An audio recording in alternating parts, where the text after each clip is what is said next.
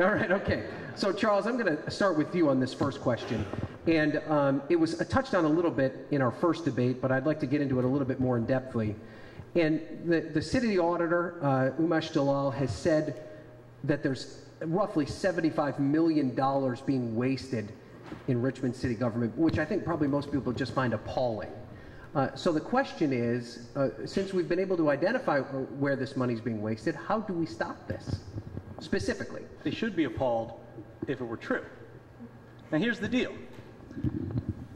The National Association of Government Auditors has said that 5% of any locality's budget, state, national, local, whatever, can be spent better. That's where the 75 number came from in this campaign.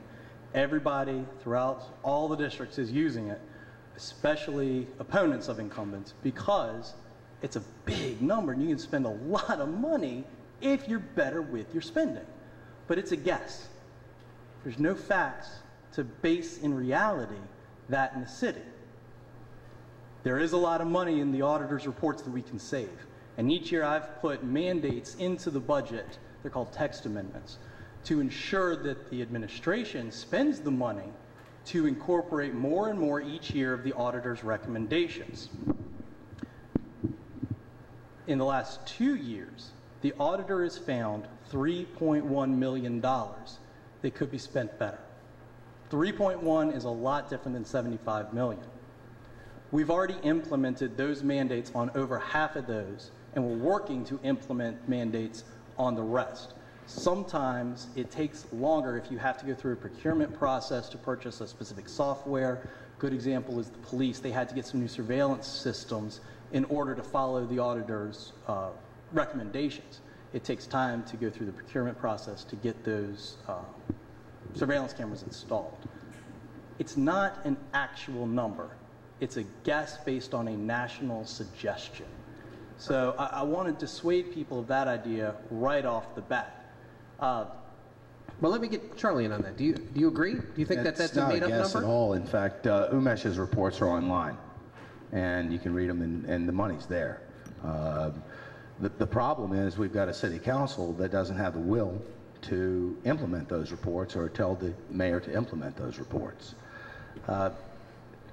6 years ago, one of the auditor's reports was about the fleet maintenance system. There was $6 million in that report, $5 million in that report, and that hasn't been adjudicated as of yet. Why? Why are we still sitting here with all these auditors' reports on the table? And I disagree with you, they're real.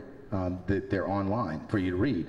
Why are we still talking about them and not doing something about them? Do you think that number is that big, though? Oh, yes. 75 million? Yeah, I sat down with Umesh Dalal. I mean, it's an amazing, it's staggering, the waste, fraud, and abuse in this system. Ryan, I sat down with Umesh and said, where did the $75 million come from? Charlie Spout admitted that he sat down with you. Umesh says, no. Charlie came to a press conference. It's actually on his blog. Charlie came to a press conference where Umesh used that number as the example.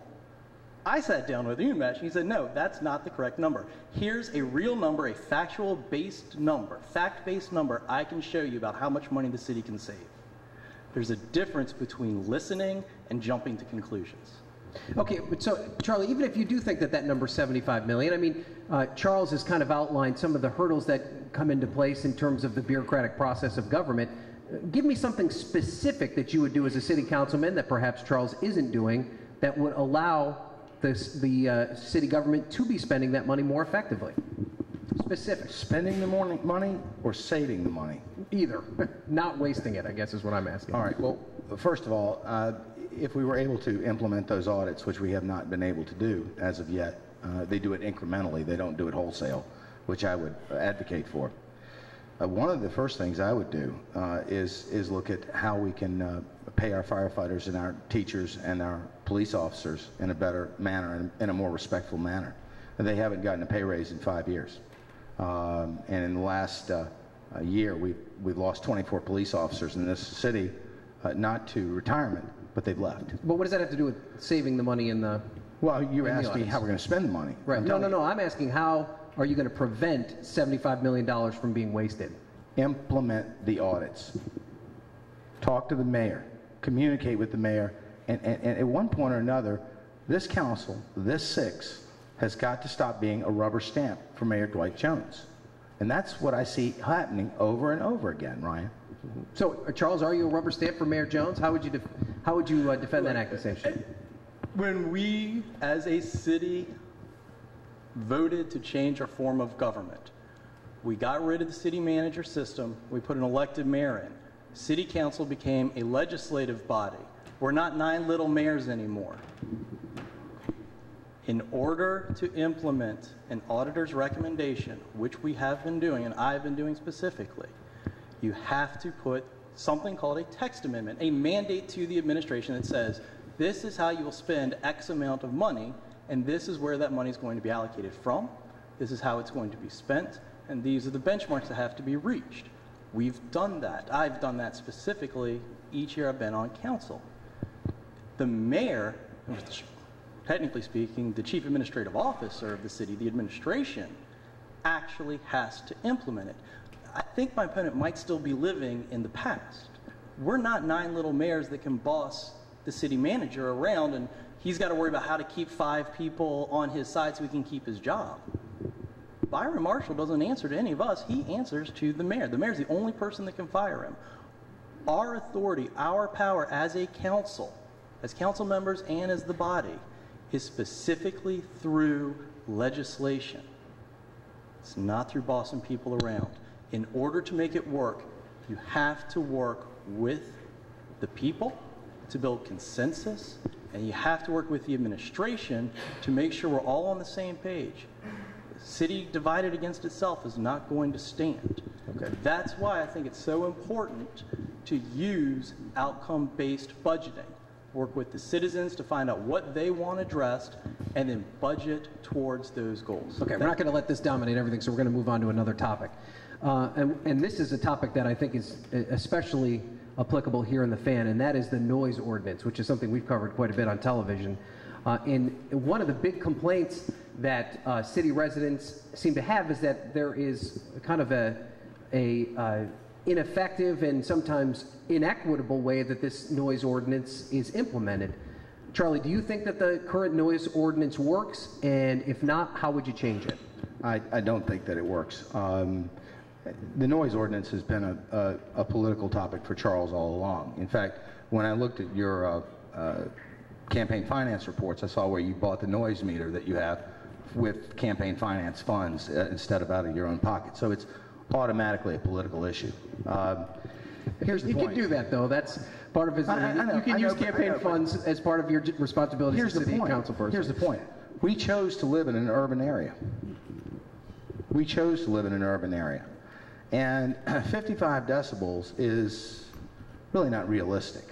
You know, Charles is from Goochland, and I grew up here.